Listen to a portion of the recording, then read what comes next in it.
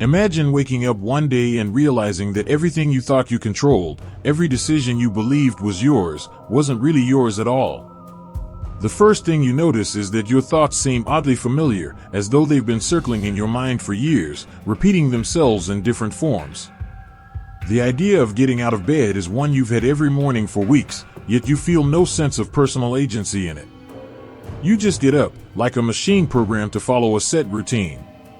The same is true for your job, your relationships, and your aspirations. You've convinced yourself that you made all these choices. But what if, in fact, you didn't? What if every action, every decision, every belief you hold, every moment of free will you cherish, is simply an illusion, the product of influences beyond your awareness or control? The strange thing is, you don't have the answer to this, yet something inside you knows it's true. There's a quiet panic building in your chest, a strange mix of dread and curiosity, as you begin to wonder just how much of your life has been shaped by forces outside your perception. Are you truly free to choose your path, or are you simply a passenger on a ride you never asked to be on? This is not just an unsettling thought, it's a profound existential crisis that confronts us all at some point. At its heart is a question that's been asked for centuries, yet one we rarely dare to fully explore. Are we truly free? The promise of freedom is the foundation of modern life. We're told that our lives are ours to command, that we hold the power to decide our destiny, that every path we take is the result of our own choices. But is this really true? The very systems that advocate for our freedom, democracies, capitalist markets, social media, are they not, in themselves, the greatest architects of our constraints? Freedom is an illusion, or so it seems.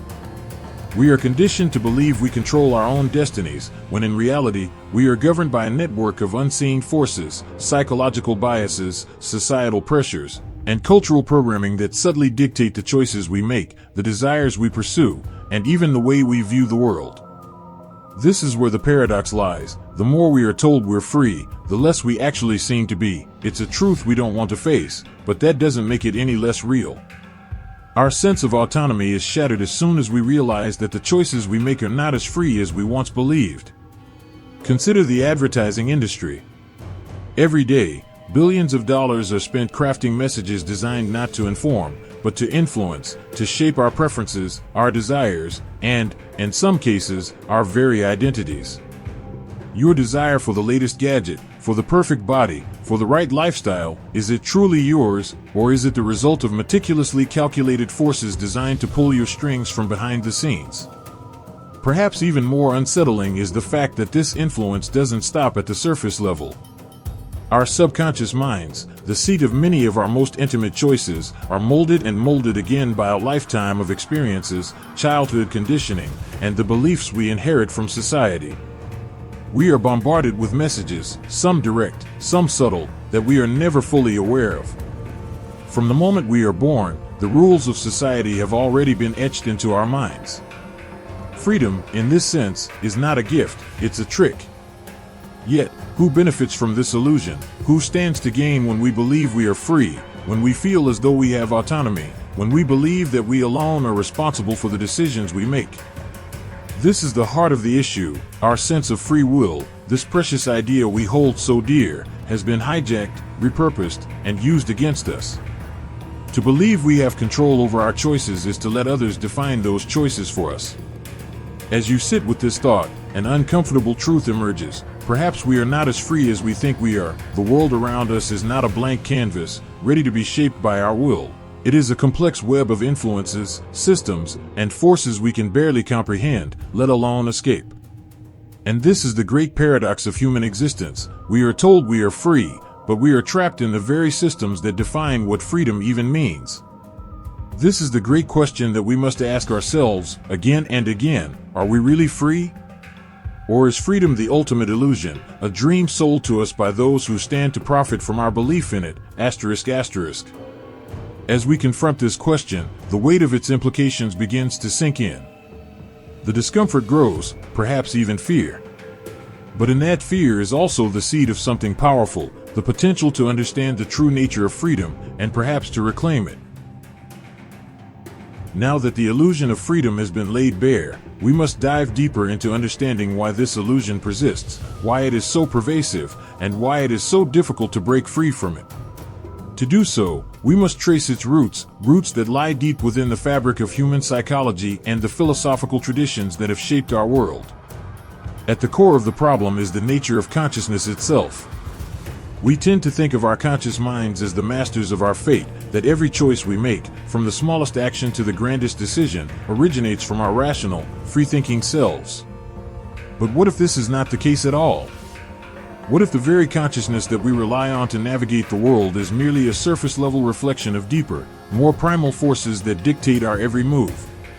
Carl Jung, one of the most influential psychologists of the 20th century, warned us that beneath the surface of our everyday consciousness lies a much larger and more powerful force, the unconscious mind. According to Jung, we are not as in control of our lives as we like to believe. The unconscious is a vast reservoir of repressed desires, fears, memories, and instincts that are constantly influencing our actions. And because we are unaware of these influences, we mistake them for our own choices. Jung's concept of the shadow, that part of ourselves we suppress or deny, is perhaps the clearest illustration of this. The shadow is not a malevolent force, rather, it is the unconscious side of ourselves that we fail to acknowledge. Yet it operates quietly in the background, shaping our desires, our thoughts, and our very sense of self. In a similar vein, Sigmund Freud, who is often associated with the idea of the unconscious, argued that our actions are shaped by deep, often hidden psychological forces. Freud's theory of the ID, ego, and superego points to the inner conflict between our base desires, ID, our rational self, ego, and our moral compass, superego. Yet, according to Freud, the ID, the part of us driven by instinctual needs, remains largely outside of conscious control, and its impulses shape our decisions in ways we cannot even begin to understand. So, in essence, much of what we think of as our free will is nothing more than a delicate negotiation between these unseen forces within us. But it's not just our unconscious minds that dictate our lives. Society itself plays a crucial role in shaping our choices, often without us realizing it. Think about how the very concept of freedom has been marketed to us as something to be attained. In a capitalist society, freedom is equated with choice. The more options we have, the more free we are.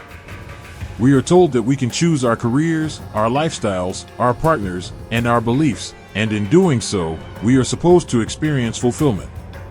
But this freedom is an illusion. Our choices are often constrained by the very systems that claim to provide them.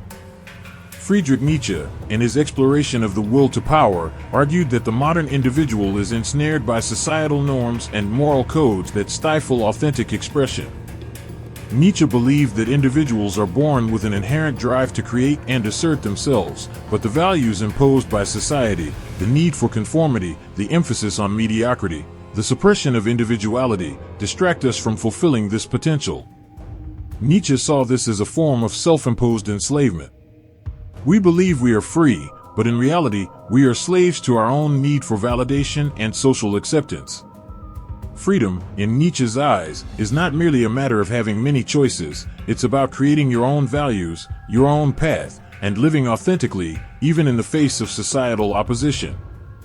Then there is Jean-Paul Sartre, whose exploration of existentialism leads to a different view on freedom.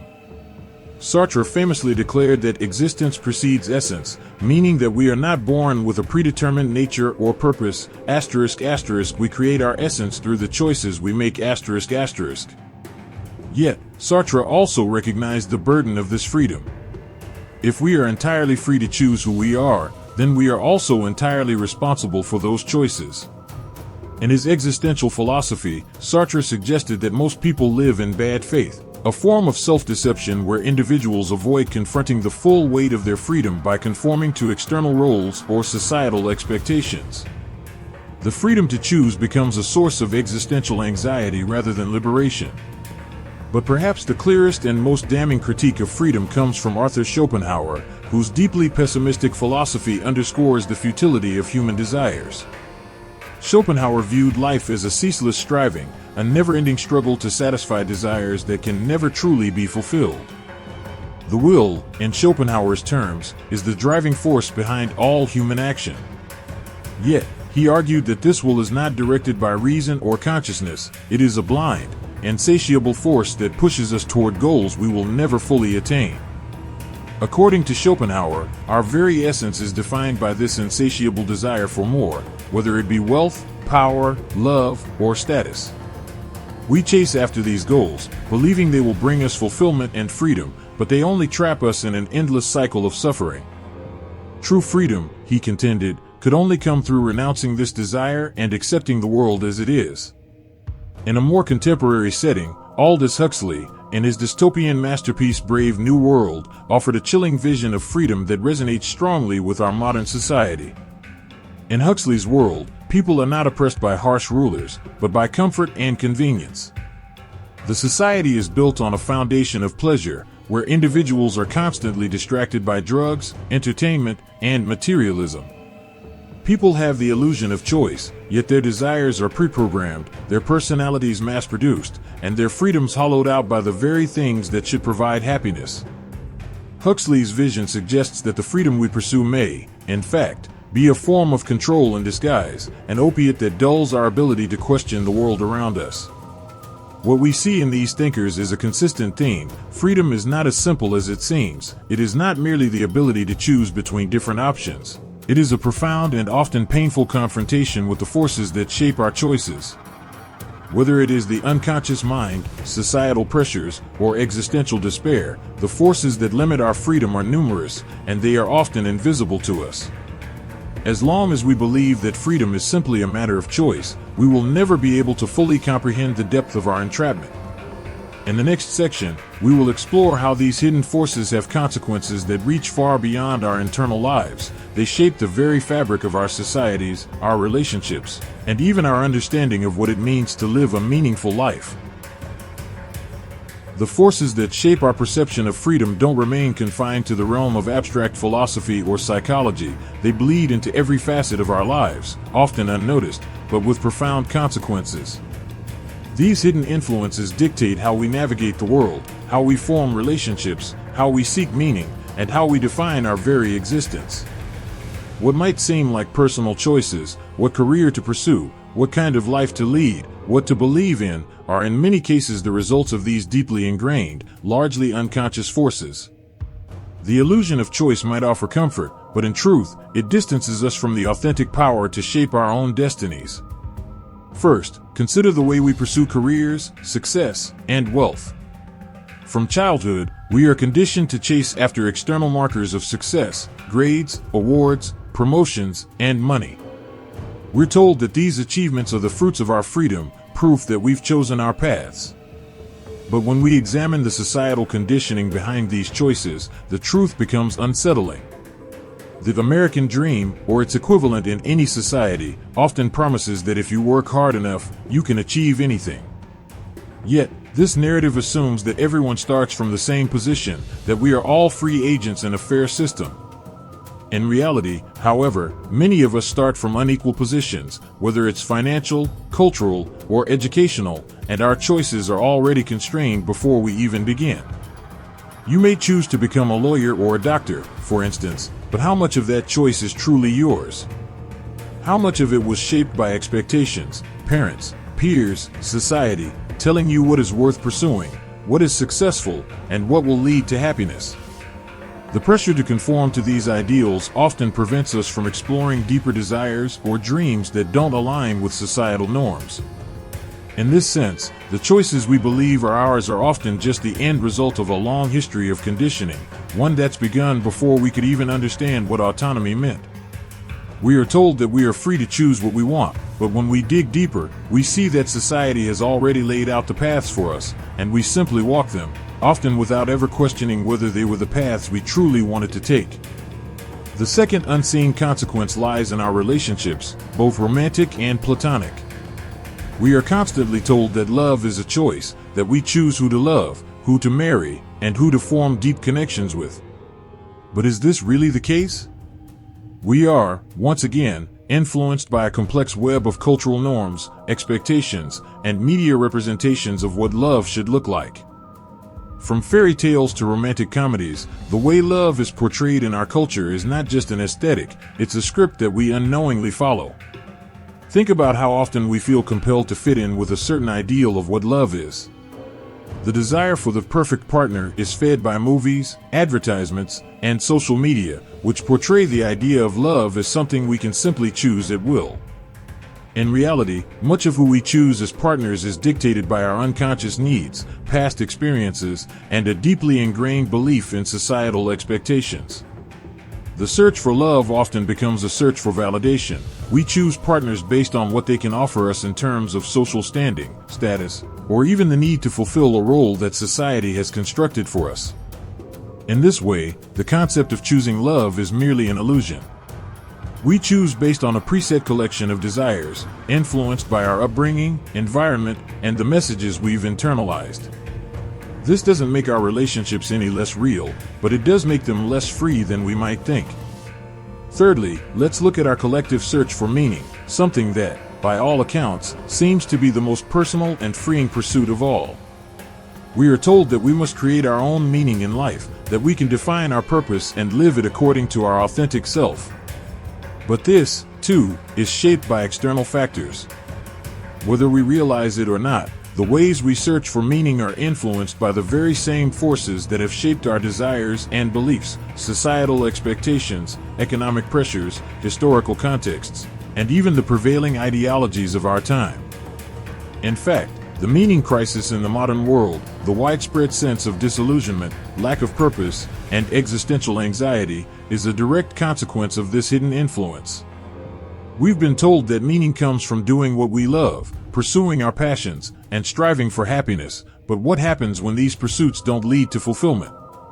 What happens when the things we were told would give us purpose, money, career, relationships, fall short? We're left feeling lost, with no idea where to turn next. The search for meaning has been shaped by consumerism, too. The idea that happiness is something you can purchase, that success is measurable by material wealth, has led us into a cycle of consumption that doesn't provide the fulfillment we desire. Meaning, in the context of consumerism, becomes something external, something we can buy, own, or achieve. But true meaning comes from within, from confronting our own values, our own desires, and finding purpose not in external validation but in internal self-realization. Unfortunately, society's obsession with external success has kept many from ever finding this deeper truth. Perhaps the most insidious unseen consequence is the erosion of our autonomy in the face of technology. In the digital age, we are constantly connected, constantly bombarded by information. Social media platforms, for example, promise connection and freedom of expression, yet in reality, they are designed to keep us engaged in a cycle of consumption, scrolling, liking, sharing, and seeking validation. Every action we take is monitored, analyzed, and turned into data to be sold, manipulating our behavior in ways we don't fully understand. The more we think we are choosing to interact, the more we are influenced by algorithms and targeted content that shape our preferences and behaviors without us even realizing it. These consequences extend to politics as well. We are told that voting is our civic duty, that it's the ultimate expression of our free will, but when we examine the forces at play behind political systems, the true nature of our choices becomes murky. Political parties, ideologies, and campaigns are built on a foundation of manipulation, designed to sway public opinion in subtle and powerful ways. How much of the political choices we make are truly our own, and how much are the result of media, propaganda, or the social circles in which we find ourselves? In every corner of our lives, from the decisions we make in the marketplace to the partners we choose, from our search for meaning to the political choices we cast, we are not as free as we believe.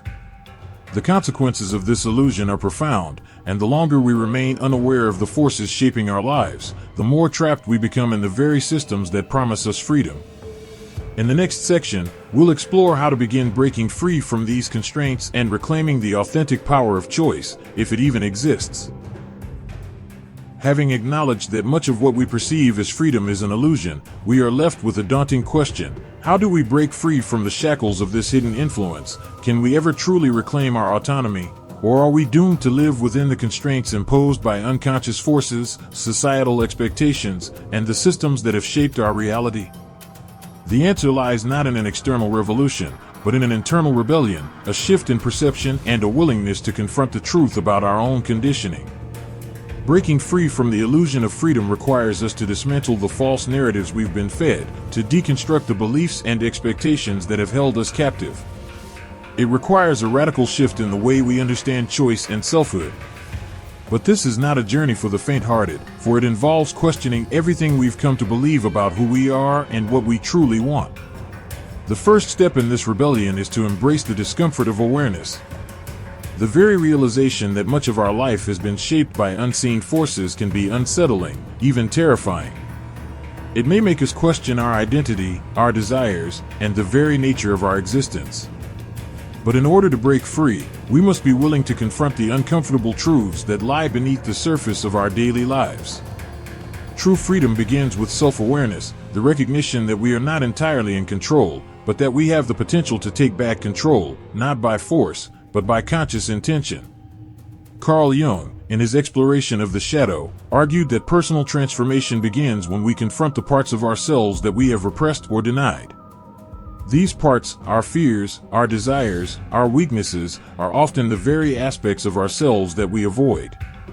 Yet, it is through embracing our shadow, the unconscious forces that influence our decisions, that we begin to reclaim our autonomy. To break free, we must learn to integrate the unconscious into our conscious life, acknowledging its influence and redirecting its power. This process is not easy, but it is necessary for true self-liberation. Nietzsche, too, offered insight into this process of self-overcoming. In his philosophy, he spoke of the Übermensch, the Overman, or the individual who transcends societal norms and embraces a life of creative freedom. The Übermensch does not conform to the expectations of others, nor does he follow the path laid out by tradition. Instead, he creates his own values, his own meaning, and his own destiny. Freedom, in Nietzsche's terms, is the ability to break from the herd mentality and live according to one's own will, regardless of societal pressures. But this, too, is not an easy path. It requires immense courage, self-reflection, and the willingness to stand apart from the crowd. Similarly, Jean-Paul Sartre's existentialism offers a framework for breaking free from the chains of societal conditioning. Sartre famously declared that we are condemned to be free. This paradoxical statement points to the existential truth that freedom, though it is a defining characteristic of our humanity, is also a source of profound anxiety. If we are free to choose, we are also burdened with the weight of that choice and the responsibility for the consequences of our decisions. To break free from the illusion of choice, we must first accept the reality of our responsibility and live authentically. This means rejecting the role of the passive consumer of life and instead embracing the role of the creator of our own existence. But breaking free also requires us to recognize that freedom is not about having more choices. It is about becoming aware of the choices we have and making them with intention. In the modern world, we are constantly told that more options equate to more freedom. We are encouraged to buy more, to do more, to consume more, believing that this will somehow lead us to fulfillment. However, as Aldous Huxley pointed out in Brave New World, freedom does not come from an abundance of choices. It comes from the ability to choose without being manipulated by external forces. True freedom is not about having more material possessions or more distractions. It is about the clarity and power to make choices that are aligned with our authentic self, free from the pull of external expectations. So how do we begin to make those choices?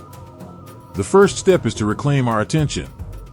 In an age of constant distraction, we are rarely present with our own thoughts, desires, and intentions. Social media, news cycles, advertising, and the never-ending stream of digital content constantly vie for our attention, shaping our thoughts and directing our actions without us even realizing it. To break free, we must cultivate the ability to focus inward, to turn off the noise of the world, and to listen to our own voice. This practice of mindfulness, of being fully present and aware in the moment, helps us to disconnect from the external forces that shape our decisions. By grounding ourselves in the present, we begin to develop the clarity needed to make conscious choices.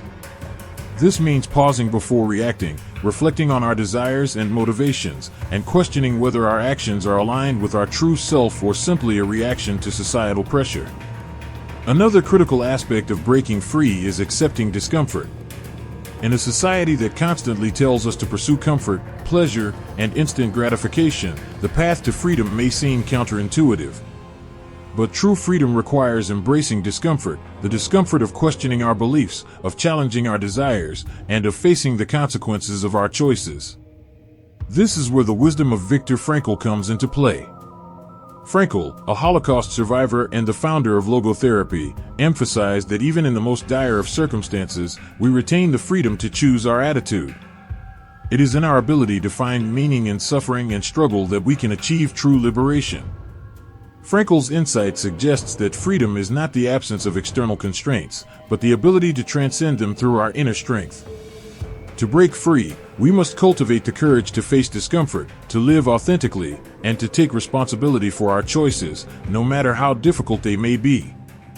Finally, breaking free requires a redefinition of success. In a world that equates success with wealth, power, and status, we must redefine what it means to live a successful life. True success is not measured by external achievements, but by the degree to which we have stayed true to ourselves, the degree to which we have created meaning from within, and the degree to which we have lived authentically. The rebellion, then, is not a single act, but a lifelong process, a continuous effort to resist the forces that seek to control us and to reclaim our freedom from the inside out. Freedom is not something to be given or taken. It is something to be earned through constant self-reflection, self-discipline, and a commitment to living authentically. In the next section, we'll explore the ultimate truth, the realization that transcends the illusion of freedom and redefines the way we see ourselves, our choices, and our place in the world. Now that we've peeled back the layers of illusion, exposing the forces that shape our sense of freedom, we arrive at the most profound realization of all, the ultimate truth. This truth is not one that offers simple answers or immediate liberation, but rather, it is a deep, philosophical insight that reshapes our entire understanding of what it means to live a free and meaningful life. The ultimate truth is that freedom is not something external, it is something internal, a state of being, not a condition that can be acquired through choice or circumstance. The very pursuit of freedom as we've been taught to understand it is, in itself, a trap. The idea that freedom is about making the right choices, choosing between various options, is a deception. True freedom lies not in the choices we make, but in our ability to transcend the desire for choice altogether. To understand this, we must go beyond the mere concept of free will. The illusion of free will, the belief that we are in full control of our actions, is rooted in a misunderstanding of human nature. As we've explored, our choices are heavily influenced by the unconscious mind, societal pressures, and the very systems that purport to give us freedom. These forces shape our desires, our behaviors, and our perception of reality. And yet, in our desire to believe we are free, we fail to recognize the one fundamental truth: true freedom exists not in choosing, but in acceptance. This is where the wisdom of Schopenhauer comes into play. For Schopenhauer, the will, that force driving us to constantly strive for more, was the root of all suffering. It is our relentless desire to shape the world to our will that leads to frustration, disappointment, and existential despair. Schopenhauer believed that true freedom could only be achieved through renunciation of the will, the willingness to let go of our desires, our need to control, and our attachment to outcomes. In his eyes, freedom was not about acting on our desires, but rather about accepting the world as it is and finding peace in that acceptance. This acceptance is not passivity, it is an active surrender. To accept the world as it is means to relinquish the illusion of control, to stop resisting the flow of life, and to live in harmony with what is. In this acceptance, we discover a deeper, more profound form of freedom, one that is not contingent upon external circumstances, choices, or achievements. True freedom lies in the awareness that we are part of a larger, interconnected reality, and that our sense of control is, in fact, a mere illusion. This realization echoes the teachings of Jean-Paul Sartre, who, while emphasizing the burden of existential freedom, also pointed to the possibility of liberation in embracing the meaninglessness of life. Sartre argued that once we accept that life has no inherent meaning, we are free to create meaning for ourselves, not through the pursuit of external goals or social validation, but through our engagement with the present moment, through our ability to choose how we respond to life itself. The ultimate freedom, according to Sartre, is not the freedom to choose a particular path or outcome, but the freedom to choose how we experience life, to find meaning in a world that offers none inherently. Yet the ultimate truth also brings us to a paradoxical conclusion. Freedom is found not in rejecting the forces that shape us, but in embracing them, as we've seen. We are all influenced by a complex network of unconscious drives, social pressures, and cultural narratives. To be truly free is not to reject these influences, but to acknowledge them and to choose how we engage with them. This engagement is what leads to authenticity, the ability to live according to our deepest values, regardless of what the world expects of us. It's this idea of embracing and integrating the forces that shape us that Carl Jung's concept of individuation addresses. Individuation, for Jung, was the process of becoming the person we are truly meant to be, of reconciling the conscious and unconscious aspects of the self, of accepting both the light and the dark within us. It is only through this process of integration that we can transcend the limitations of the ego and step into a higher state of being. Freedom, for Jung, is not the rejection of societal norms or unconscious impulses, but the conscious integration of them into a harmonious whole. The final aspect of this ultimate truth is the recognition that our sense of self is fluid and ever-changing. In the pursuit of freedom, we often grasp onto a fixed idea of who we are, believing that the authentic self is something we can define once and for all. But this too is a trap. The self is not a static entity, it is a dynamic, evolving process. True freedom, therefore, comes not from clinging to a fixed identity or a rigid idea of who we should be, but from embracing the constant flux of our inner world and the world around us. To live freely is to be willing to transform, to let go of the need for permanence and to move fluidly with the flow of life. This brings us to a deeper level of insight, one that ties back to Viktor Frankl's teachings on meaning. Frankl, who survived the Holocaust and witnessed the depths of human suffering, argued that even in the most horrific circumstances, we retain the ability to find meaning and purpose in our lives. His concept of logotherapy suggests that meaning is not something given to us by the world, but something we create through our response to it. In this sense, true freedom is not about the absence of suffering or constraint. It is about how we respond to those constraints, how we choose to create meaning in the face of adversity. Frankl's insight suggests that, even when external freedom is stripped away, we still possess the freedom to choose our response, our attitude, and our relationship to the world. Ultimately, the ultimate truth is this: freedom is not the ability to choose what happens to us, but the ability to choose how we experience what happens to us. It is the realization that the external world, with all its constraints and influences, cannot dictate our inner experience. And it is the profound understanding that true liberation comes not from an external condition or a societal structure, but from the internal capacity to accept, transform, and create meaning within the context of our lives. As we stand on the precipice of this realization, we are confronted with the final paradox of freedom. In the moment we stop striving for freedom as a goal, we are free. The pursuit of freedom, in and of itself, binds us to a constant state of longing and dissatisfaction. But the moment we accept that freedom is not something to be achieved, but something to be realized, we experience a profound release. The illusion of freedom has been shattered. But in its place, we find a deeper, more powerful form of liberation, one that allows us to live authentically, to embrace our full humanity, and to create meaning and purpose in a world that often seems devoid of both. In the end, the ultimate freedom is the freedom to be fully alive, to experience the full spectrum of life's joys and sorrows, its uncertainties and its certainties, without the need to control or possess any of it. This is the freedom that transcends the illusion of choice and leads us to a life of authentic, creative expression. And with this realization, we stand not as passive participants in life, but as active creators of our own reality, free at last, not because we control everything, but because we are free to be exactly who we are, in this moment, just as we are.